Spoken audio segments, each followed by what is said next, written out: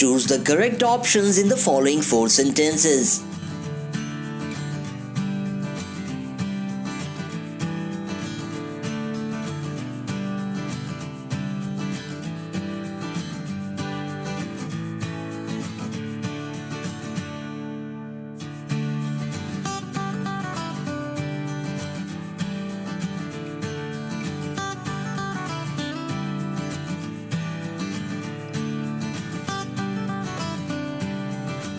Adverbs vary, quite, fairly, rather, to, etc. are an integral part of our communication. Most of us use them interchangeably, thinking they mean the same. But the fact is otherwise. In order to use these adverbs correctly, we must know the subtle meanings these convey and the resulting differences among them. This lesson is all about making you aware of that important information. Once you gain the knowledge and clarity, you will yourself know the answers of the questions that were asked in the beginning. Friends, my name is Hemant Singh Rana and you're watching in Live in English, making the language entertaining, lively and functional. And it's time to learn something new.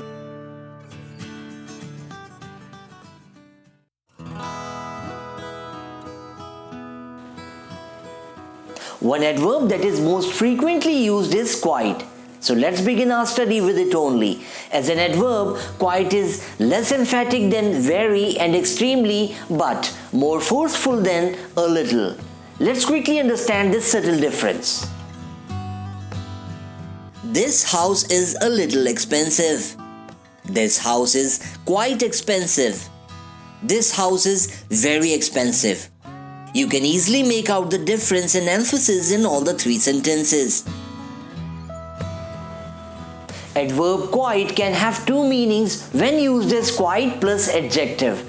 It can express either a medium degree or a full degree depending on the adjective following it. As medium degree, it means fairly. As full degree, it means completely. Let's understand these 2 meanings with the help of some examples. This assignment is quite difficult. This assignment is quite impossible. The play was quite good. The play was quite brilliant. Steve feels quite tired. Steve feels quite exhausted.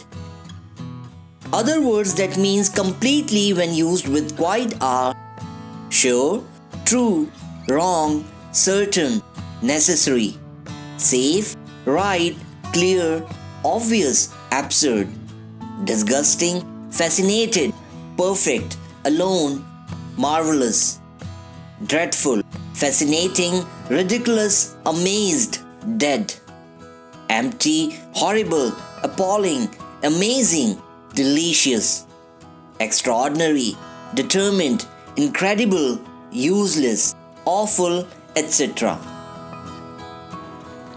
Now adverbs fairly and rather both mean more than average but much less than very. Fairly is used in favorable situations, rather in unfavorable. Let's see some examples. Despite being under pressure, the team performed fairly well. We respected Eric, but he spoke rather rudely to us. Bob is fairly generous. Stella is rather arrogant. Some words like hot, cold, fast, slow, high, low, etc. are neutral.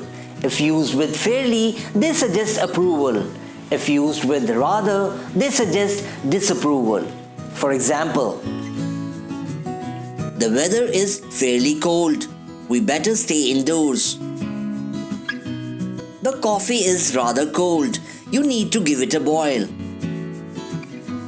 You are running fairly fast. You will reach home on time. You are running rather fast. I'm tired. Now let's discuss yet and still. Adverb yet is used to convey that something has not happened, while adverb still is used to say that an existing situation has not changed. Both are used to link contrasting ideas together. Yet, as a linking adverb can only be placed in the front position of a clause, while adverb still can be placed before or immediately after the subject. One more important difference between the two is yet is more formal than still. Let's see some examples to understand this. Dave is very talented, but he still fails to perform. Or Dave is very talented, yet he fails to perform. I have yet to see a player of Alex's caliber. Or I have still to see a player of Alex's caliber. We are late, but still we will finish the project. Or we are late, yet we will finish the project. As well and to are linking adverbs, meaning also or in addition, and are normally placed in the end position of a clause. However, in a more formal style of writing or speaking, to can be placed immediately after the subject. Let's see some sentences. It rained yesterday. It's raining today too. Or it's raining today as well. Rob plays the piano. I can play it too. Or I can play it as well. We are going for a walk. Mark is joining us too. Or Mark is joining us as well. Let's see some examples where to comes immediately after the subject. You like ice cream? I too am fond of it. We are going on a long drive. Steve too wants to accompany us. However and nevertheless are also linking adverbs. Both are used to emphasize a contrast with what has been said or written before, which may appear surprising to the reader or the listener. Let's see some examples to understand this. There is a sharp rise in COVID cases. The fatalities are, however, low. Or we can say there is a sharp rise in COVID cases. Nevertheless, the fatalities are low. We are confident of reaching on time. Steve is not so sure, however. Emma has a lot of responsibilities, but she always looks stress-free, nevertheless. However and nevertheless reflect more formal usage and can come in front, mid or end position in a clause. So friends, that's it in this lesson, but our discussion on adverbs is still not complete. I'll be sharing some more interesting information related to adverbs in the next lesson also. In case you faced any difficulty in this lesson or you have any questions or doubts, do let me know in the comment section below. I'll be back with a new lesson soon. Till then, keep learning, keep growing. Goodbye.